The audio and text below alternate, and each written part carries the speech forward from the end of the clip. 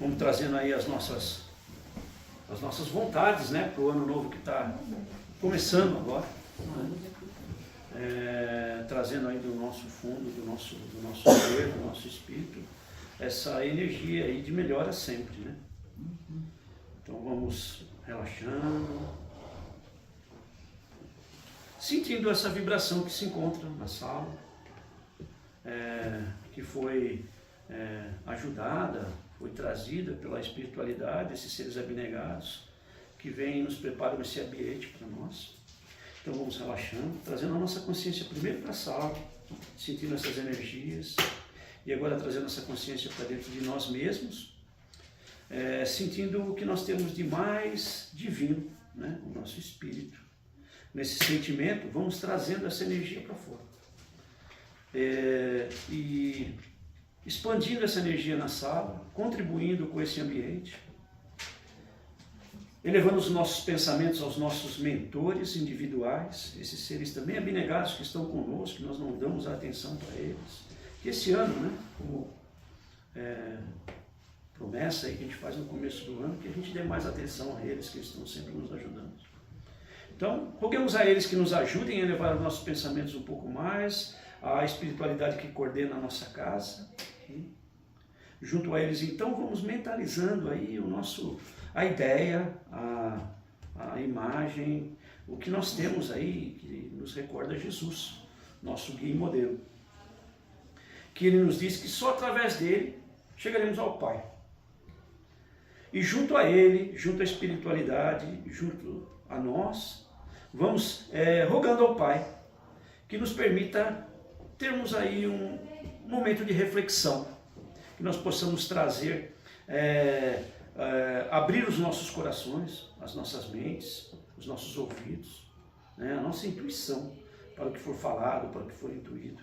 E que esse tipo de coisa nos transforme em pessoas melhores. E aí nós possamos transformar o nosso ambiente de meio, o nosso redor, em um lugar melhor também. E que as pessoas que se acheguem a nós possam notar isso. E que elas se comprometam também a se melhorar. E que assim seja. Vamos lá então. Exatamente na hora. Boa noite a todos, é um prazer recebê-los. Os encarnados e os desencarnados, olha, está cheio de gente aqui, ali, nos pés no fundo. Primeiro dia da nossa reunião do ano, né? Feliz ano novo para todos vocês. Que ele seja abençoado para todos nós, aí, cheio de realizações, de melhores. E como a gente tem essa ideia de todos os anos, a gente faz a nossa, como é que eles chamam aqui? New Year Resolution. Né?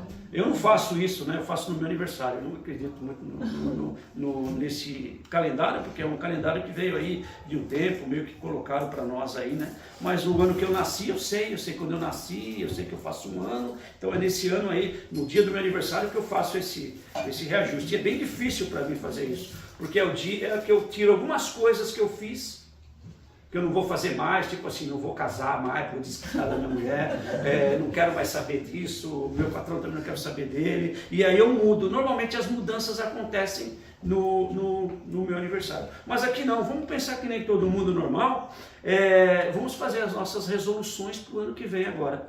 E como o nosso amigo aqui pediu para me escolher um capítulo do Evangelho segundo o Espiritismo, vamos entrar numa proposta. Eu vou pedir aqui o capítulo 17.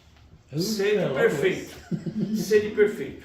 Interessante que eu peguei esse livro aqui, eu tenho vários livros do Evangelho, esse aqui é o mais novo, né? Ele tem até uma linguagem mais macia, vamos pensar assim, mais maleável. E ele vem com sejam perfeitos. Aí vem para mim uma questão interessante, porque antigamente era sede perfeito. Eu estou vendo uma galera aqui que deve entender mais ou menos de gramática. O sede perfeito antigamente era imperativo. Então ele dizia assim, é um chamado para a busca, vai sendo perfeito, né? Agora esse cara botou aqui, o nome dele aqui qualquer, Cláudio Damasceno Ferreira Júnior. Legal a tradução dele, mas ele vem com esses serem perfeitos e é alcançar a perfeição, não é alcançar. Então ele não fala, ele não coloca a gente nesse caminho, é só alcançar. Eu acho que o ser perfeito é melhor, você vai começar agora e vai indo.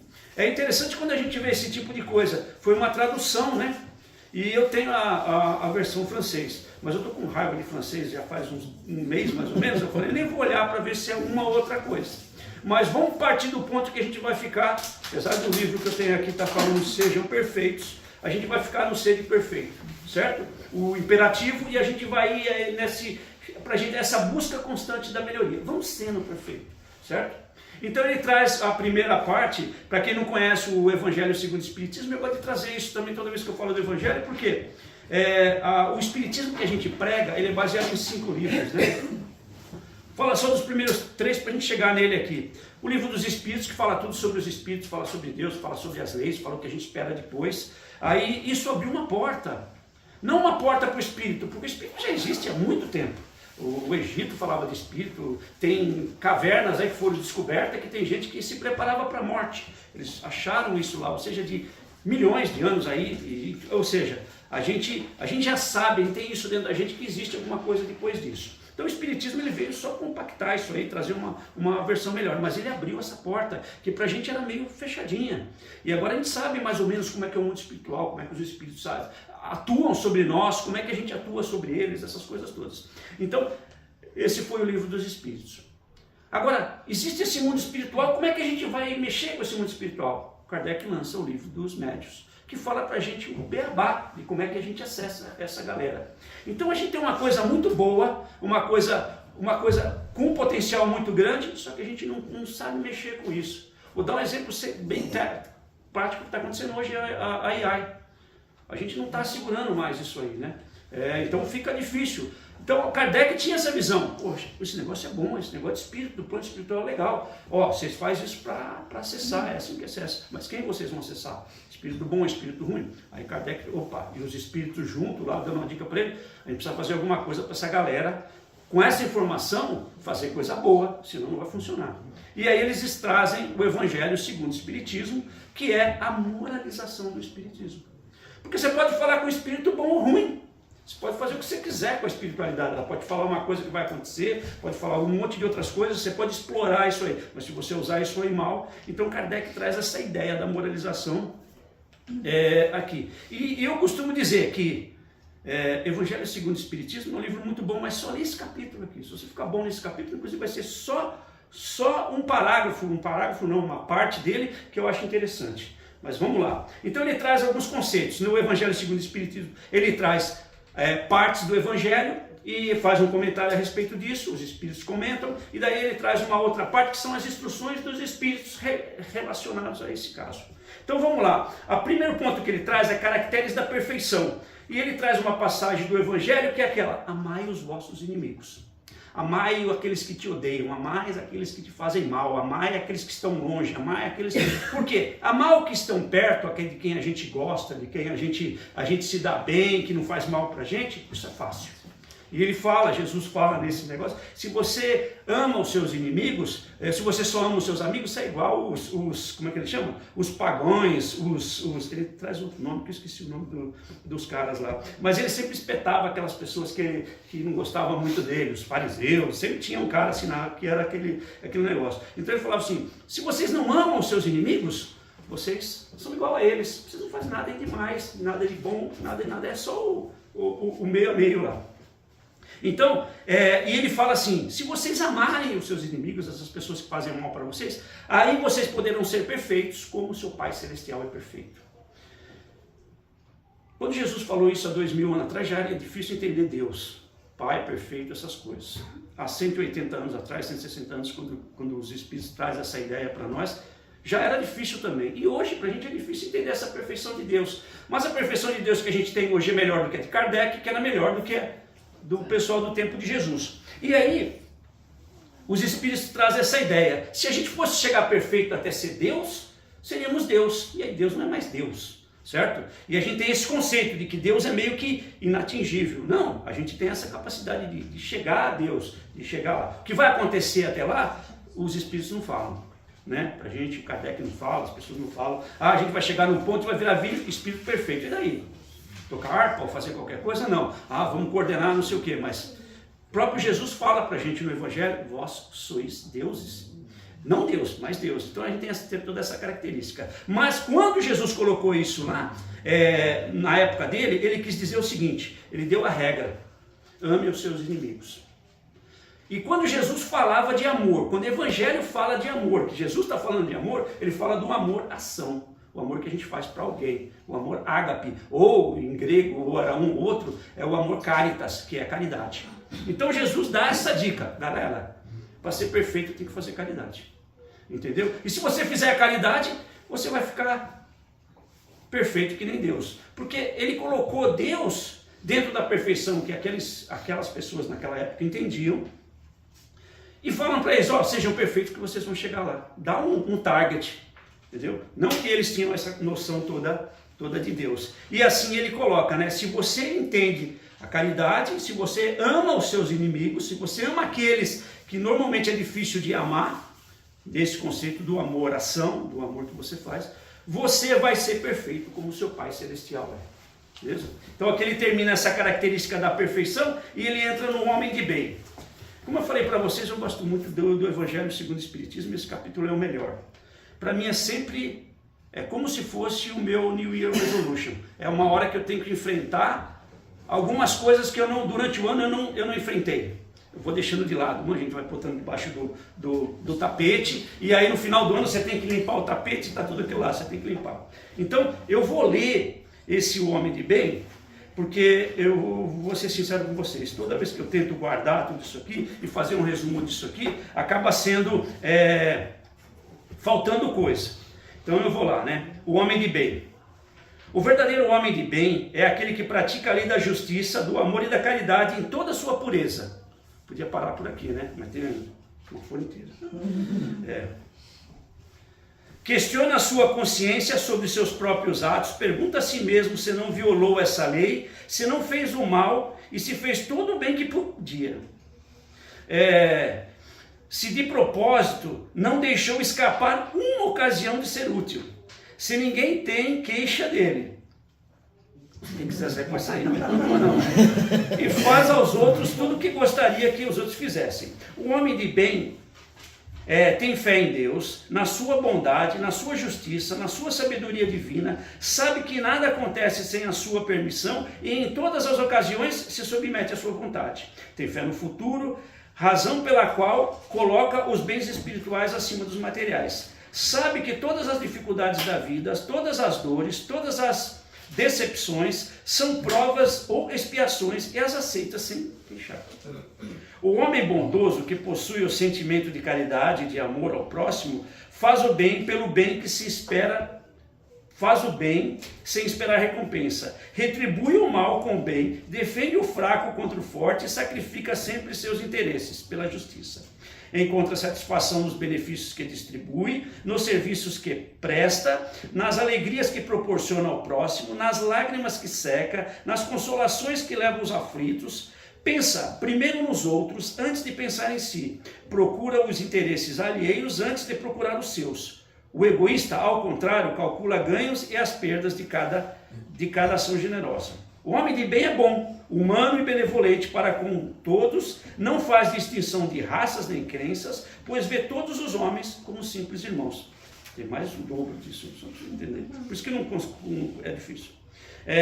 Respeita nos outros todas as convicções sinceras e não amaldiçoa quem não pensa como ele.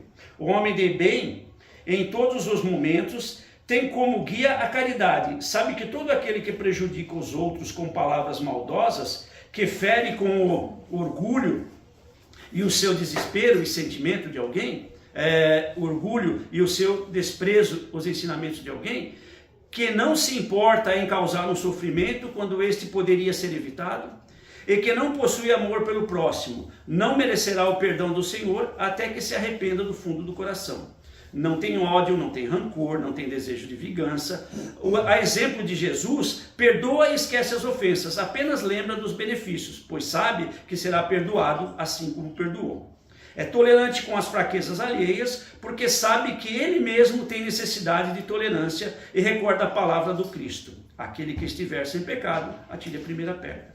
Não se satisfaz em procurar os defeitos dos outros, nem colocá-los em evidência. Se a necessidade obriga a fazer isso, procura sempre o bem para que possa atenuar o mal.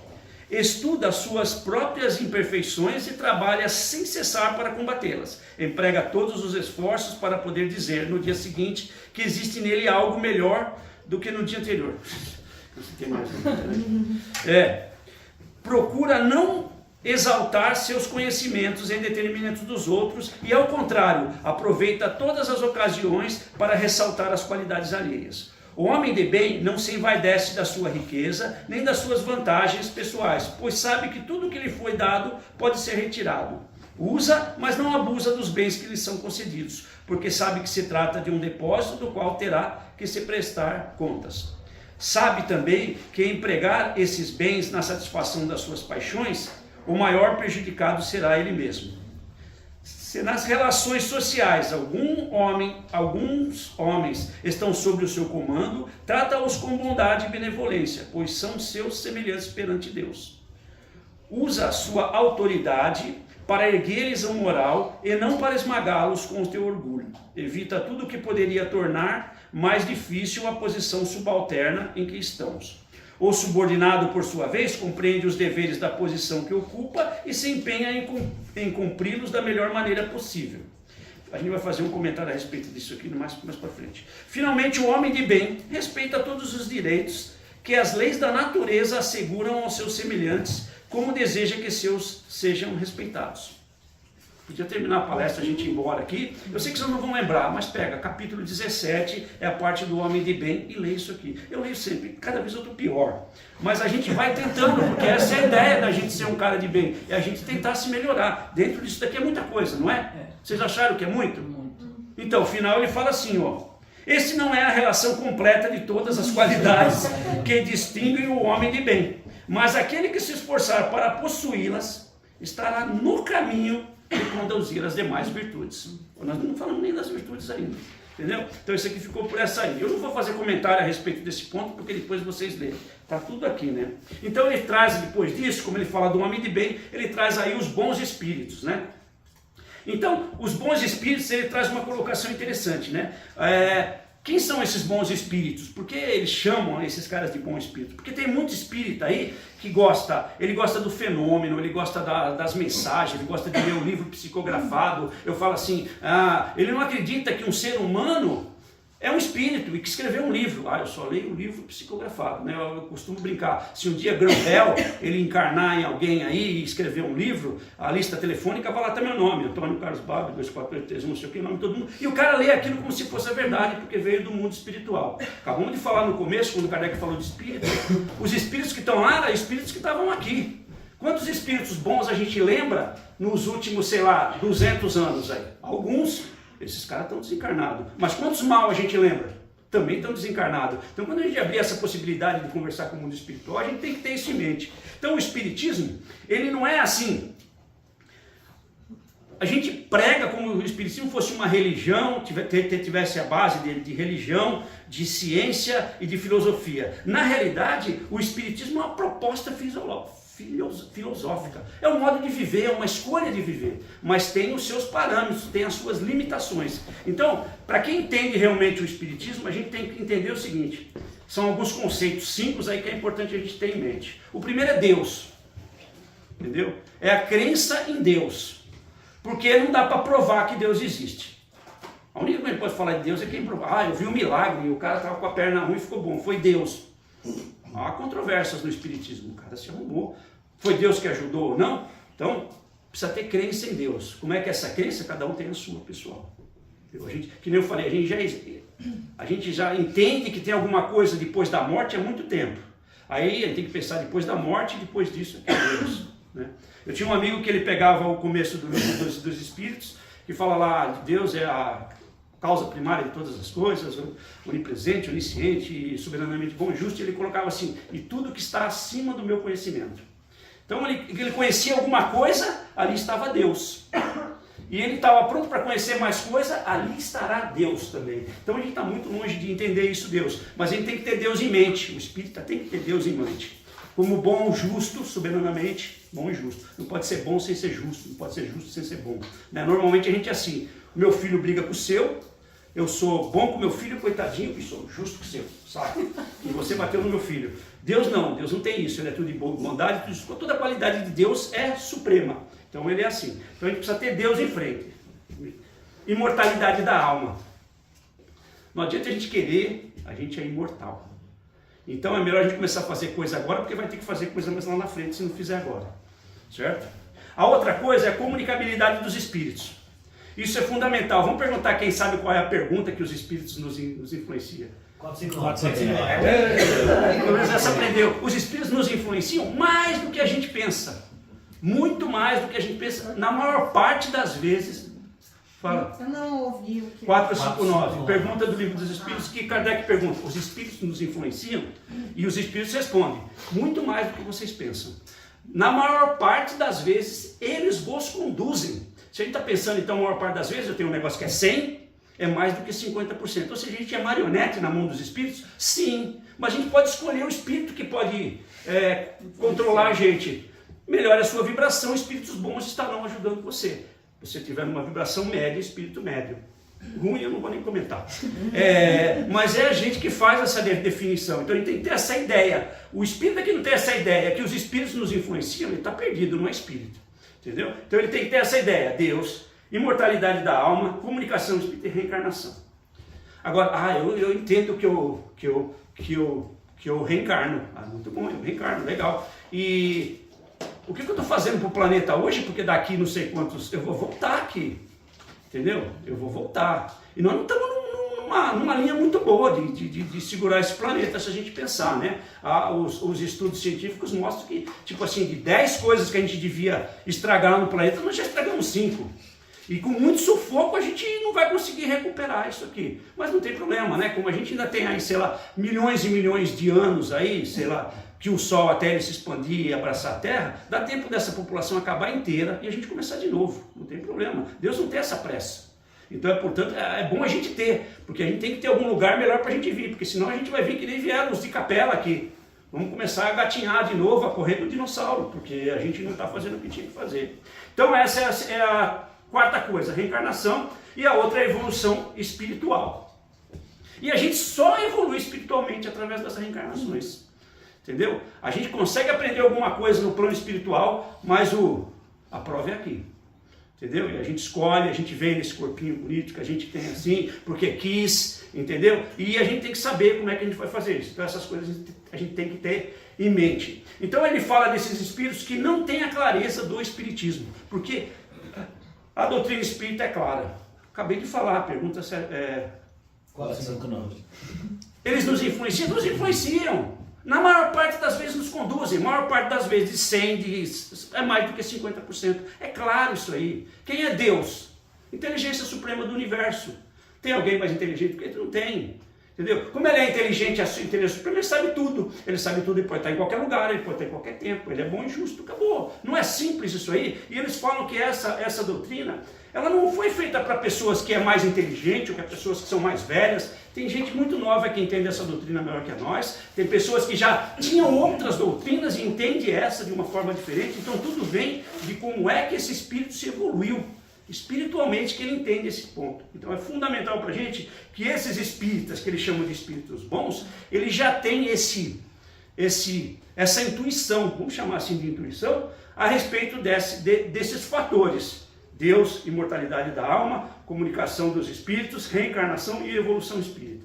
Se algum de vocês tem dificuldade de alguma coisa, por isso que as pessoas perguntam para mim e falam, você é espírita? Aí eu falo assim, estou tentando, né? Mas você vai lá e dá palestra, aí você dá passe, você dá tudo. Estou tentando, correndo atrás do outro aqui que tem 300 mil coisas, que é difícil, a gente não sabe. Mas a gente tem que ter essa noção. Se a gente não tiver essa noção de que é uma proposta nossa, é uma proposta de evolução, e essa proposta de evolução não termina nessa vida, e não vai terminar nunca. Isso que é pior, né? Não termina nunca. Como é que eu tenho que me preparar agora para aguentar o que vai vir depois? Beleza. Ainda assim, na primeira parte que a gente fala das mensagens de Jesus, ele traz nessa daqui a parábola do semeador. Né? Diz que Jesus estava chegando lá perto do rio, do mar, né? Que eles ficavam perto do mar lá, Mar Vermelho. Mar da Galileia. Da Galileia? Obrigado. O Mar da Galileia, ele sentou lá no banquinho que ele fazia sempre, e o cara tinha muita like, a galera sabia que ele era bom, né? Já juntou em volta lá, tava todo mundo. Aí ele falou, tá todo mundo aí, vou dar um post. Subiu lá, falou, bom gente, parábola do semeador. O cara saiu de manhã para semear e ele jogou algumas sementes. As sementes caíram na estrada, vieram os pássaros e comeram as sementes. Um pouquinho mais para frente ele jogou no meio das pedras, as sementes brotaram, mas não tinha terra, a raiz ficou para fora, veio o sol, queimou, não deu nada. Algumas das sementes caíram ali no meio dos espinhos, os espinhos cresceram, sufocaram as sementes e elas não deram nenhum resultado. Mas algumas caíram no solo fértil e deram 100 para 1, 60 para 1 e 30 para 1. Eu tentei ver esses 30, 60 para ver o que tem a ver 30, que cabalismo é esse, que número, algoritmo ele botou nisso aí, mas são as palavras 100, 60 e 30. Brotaram de uma semente só. E aí, os Espíritos trazem essa proposta de que, o que vocês acham, o que é essa, o que nós somos nessa história? Quem Jesus... O solo, né? O solo, nós somos o solo, né? Então, é assim, que tipo de solo nós somos? Aqueles solos que nós recebemos uma informação, como eu falei, os espíritos que passaram essa informação para Kardec, e Kardec também, eles vieram de um período de cristianidade, do cristianismo, da Igreja Católica. Então eles falam aqui do seguinte, quem escutar a palavra de Deus e não prestar atenção, vai vir um espírito mau e vai levar embora. Se aquele que não recebe a palavra de um jeito melhor, ela vai torrar no sol. E ele faz essa relação. Mas eu vejo o seguinte, que tipo de solo nós estamos sendo? Como é que nós estamos tratando nós como solo? Como é que a gente está se preparando? Porque essa é a proposta daqui, é ser perfeito.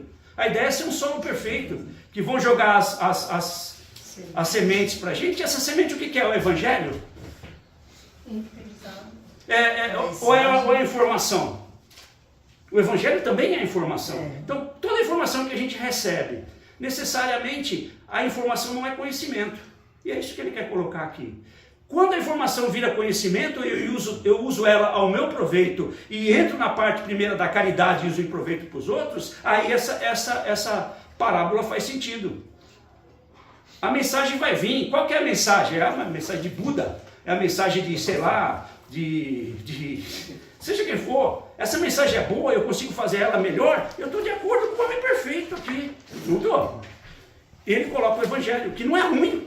A gente sabe que o Evangelho não é ruim. Se a gente seguir o Evangelho, a gente se dá bem. Não se dá? Então, mas toda a informação que a gente chegar, a gente tem que ser um solo fértil. Certo? E a gente absorver aquilo, porque a gente tem que... É claro, a semente boa, né? A gente tem essa coisa.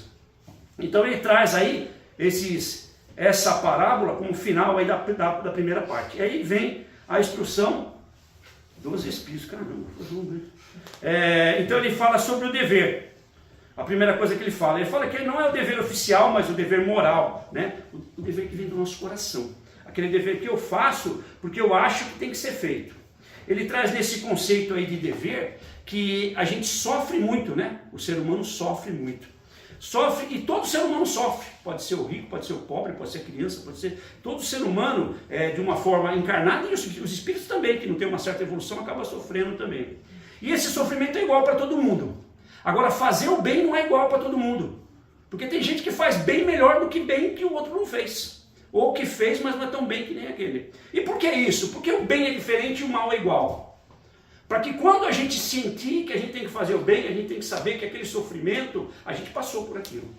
A gente entende que o mal é alguma coisa que pode ser melhorada. Porque todo mundo passou por uma coisa. Se eu perguntar aqui só, todo mundo bonitinho, todo mundo sofre por alguma coisa. E já sofreu por alguma coisa até maior que passou.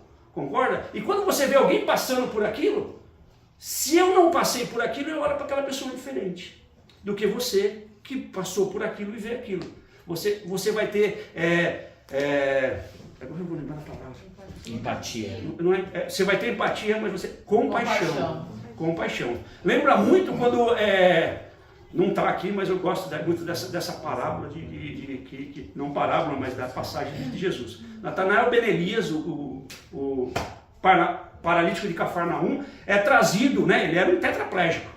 Então, ele foi trazido, arrastado. Imagina um tetraplégico. Hoje você vê um tetraplégico na rua, já dá nojo, né? Porque o cara está fedendo, o cara está naquela situação crítica. Imagina naquele tempo, que normalmente as pessoas não tomavam banho já naquele tempo. Imagina, os caras trouxeram ele, jogaram pelo buraco lá, caiu lá na frente, e Jesus fala para ele assim, o que você quer? Eu quero que te cures. E alguns dos espíritos trazem para nós essa passagem, que quando Jesus olhou para ele sabia que tinha que curar ele, porque tinha muita gente lá olhando. Mas quando olhou para ele, viu que ele tinha muita energia, tinha muita coisa, que o cara que trouxe ele e deu compaixão para ele. Então, não quer dizer que Jesus não fez nada. Porque se pegar um tetraplégico e levantar, ligar tudo as coisas que estão desligadas e que ele não mexe nada, e o cara sair levantando com a trouxa dele ruim lá, só de falar arrepia, assim, eu acho essa passagem fantástica. Mas esse cara que trouxe ele, ajudou muito lá, é o que a gente tem que fazer. A gente tem que ter essa compaixão. Se a gente não tiver essa compaixão, o nosso dever não funciona em nada, certo? Então, quanto maior for o nosso dever, a nossa evolução, maior vai ser o nosso dever. E aqui tem uma coisa que ele traz, eu copiei exatamente porque eu ainda estou delirando em cima disso aqui.